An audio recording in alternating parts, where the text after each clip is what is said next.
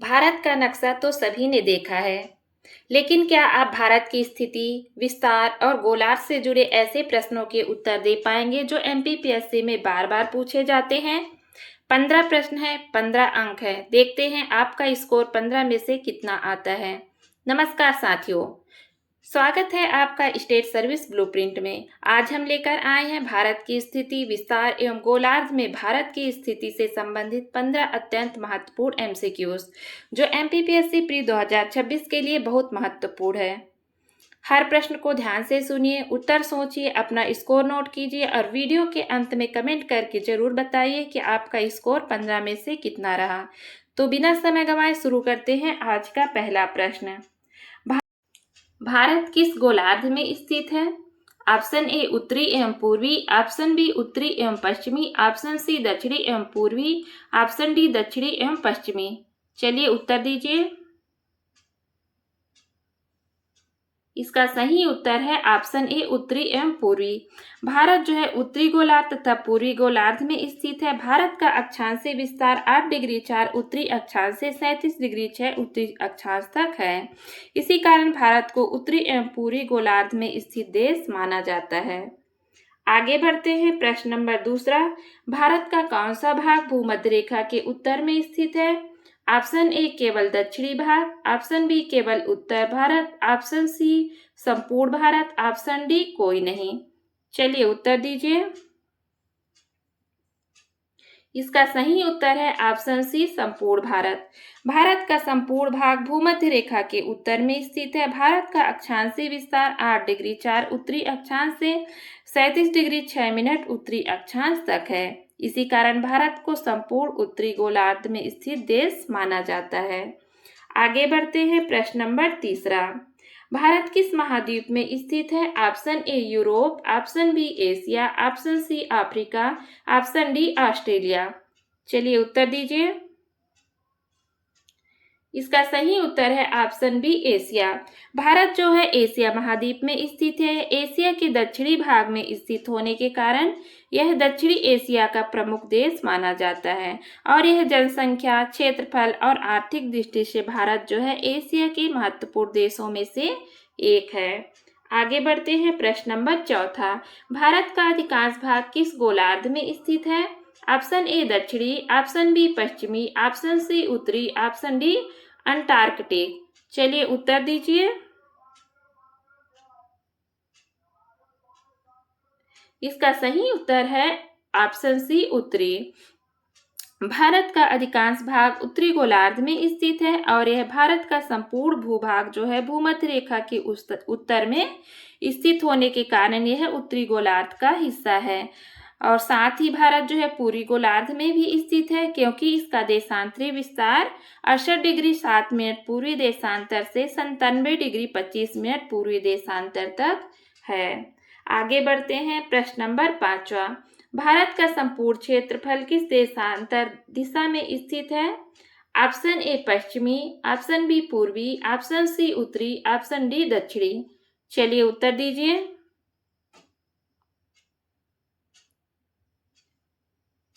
इसका सही उत्तर है ऑप्शन बी पूर्वी। भारत का संपूर्ण क्षेत्र पूर्वी देशांतर में स्थित है और यह भारत का देशांतरी विस्तार 68 डिग्री 7 मिनट पूर्वी देशांतर से 97 डिग्री 25 मिनट पूर्वी देशांतर तक है। इसी कारण भारत को पूर्वी गोलार्ध में स्थित देश माना जाता है। आगे बढ़ते हैं। प्रश्न नंबर छठवां, भारत की स्थिति किस महासागर के उत्तर में है?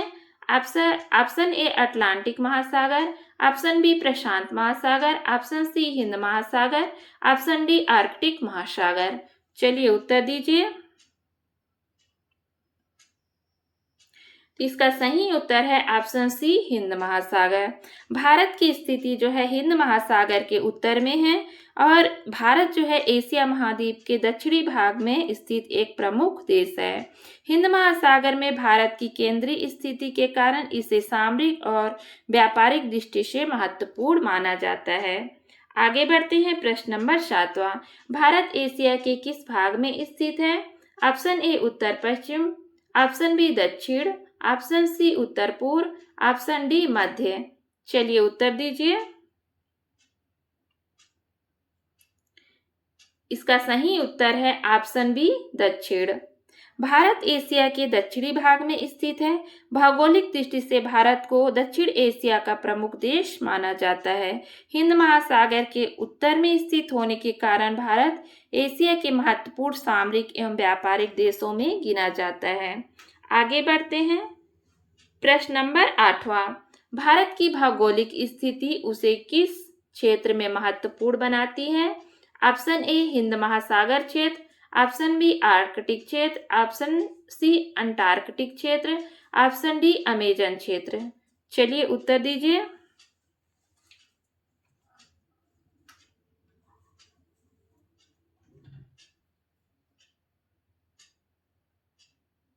तो इसका सही उत्तर है ऑप्शन ए हिंद महासागर क्षेत्र। भारत की भौगोलिक स्थिति उसे सामरिक, व्यापारिक एवं समुद्री क्षेत्र में महत्वपूर्ण बनाती है।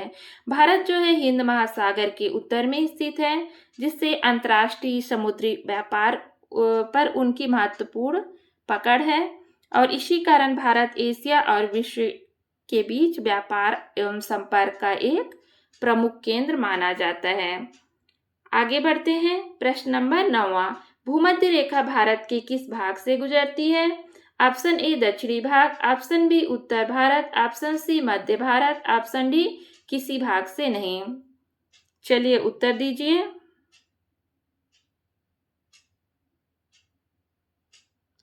इसका सही उत्तर है ऑप्शन डी किसी भाग से नहीं। तो भूमध्य रेखा जो है भारत के किसी भी भाग से नहीं गुजरती। भारत का संपूर्ण भूभाग जो है भूमध्य रेखा के उत्तर में स्थित है और इसका अक्षांशीय विस्तार 8 डिग्री 4 मिनट उत्तरी अक्षांश से 37 डिग्री 6 मिनट उत्तरी अक्षांश तक है। इसी कारण भारत पूर्णतः जो है उत्तरी गोलार्ध में स्थित देश माना जाता है। आगे बढ़ते हैं। प्रश्न नंबर 10वां। भारत की स्थिति किस व्यापारिक मार्ग के लिए महत्वपूर्ण है? ऑप्शन ए हिंद महासागर समुद्री मार्ग, ऑप्शन बी सहारा मार्ग, ऑप्शन सी साइबेरियाई मार्ग, ऑप्शन डी अंटार्कटिक मार्ग। चलिए उत्तर दीजिए।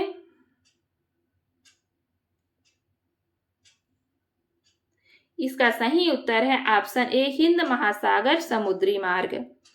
भारत की भौगोलिक स्थिति अंतर्राष्ट्रीय समुद्री व्यापारी मार्गों के लिए अत्यंत महत्वपूर्ण है। भारत जो है हिंद महासागर के उत्तर में स्थित होकर पूर्व और पश्चिम के देशों को जोड़ता है। इसी कारण जो है भारत वैश्विक व्यापार, समुद्री परिवहन और सामरिक दृष्टि से महत्वपूर्ण स्थान रखता है। आगे बढ़ते हैं। प्रश्न नंबर 11वां। भारत का कौन सा कथन सत्य है, कथन सही है? ऑप्शन ए भारत दक्षिणी गोलार्ध में स्थित है, भारत पश्चिमी गोलार्ध में स्थित है, भारत उत्तरी एवं पूर्वी गोलार्ध में है, भारत चारों गोलार्धों में है। चलिए उत्तर दीजिए।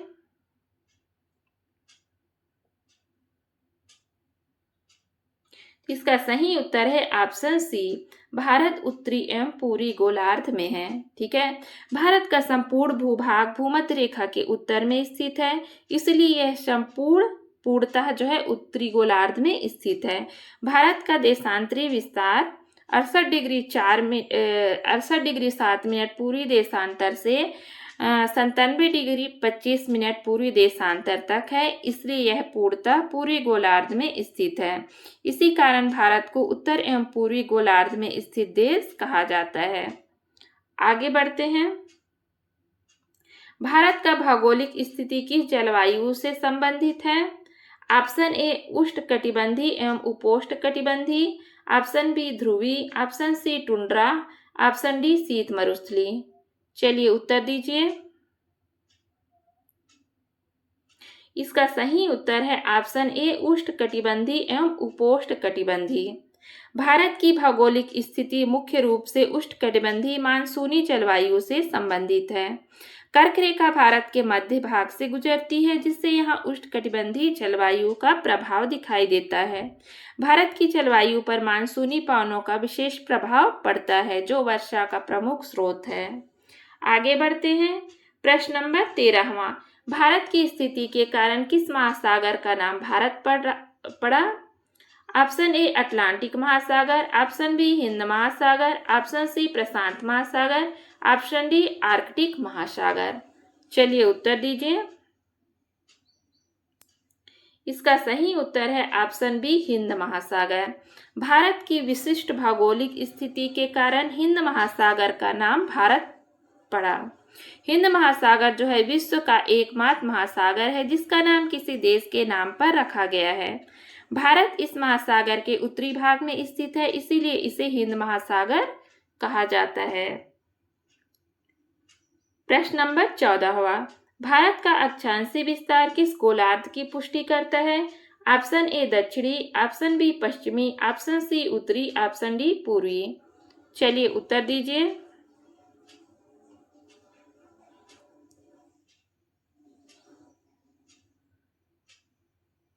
इसका सही उत्तर है ऑप्शन सी उत्तरी। भारत का अधिकांश अक्षांशीय विस्तार 8 डिग्री 4 मिनट उत्तरी अक्षांश से 37 डिग्री 6 मिनट उत्तरी अक्षांश तक है। सभी अक्षांश उत्तरी अक्षांश में होने के कारण यह भारत की उत्तरी गोलार्ध में स्थित होने की पुष्टि करता है। इसी कारण भारत का संपूर्ण भूभाग भूमध्य रेखा के उत्तर में स्थित माना जाता है। प्रश्न नंबर 15वां, भारत का देशांतरी विस्तार किस गोलार्ध की पुष्टि करता है? ऑप्शन ए पश्चिमी, ऑप्शन बी दक्षिणी, ऑप्शन सी उत्तरी, ऑप्शन डी पूर्वी। चलिए उत्तर दीजिए।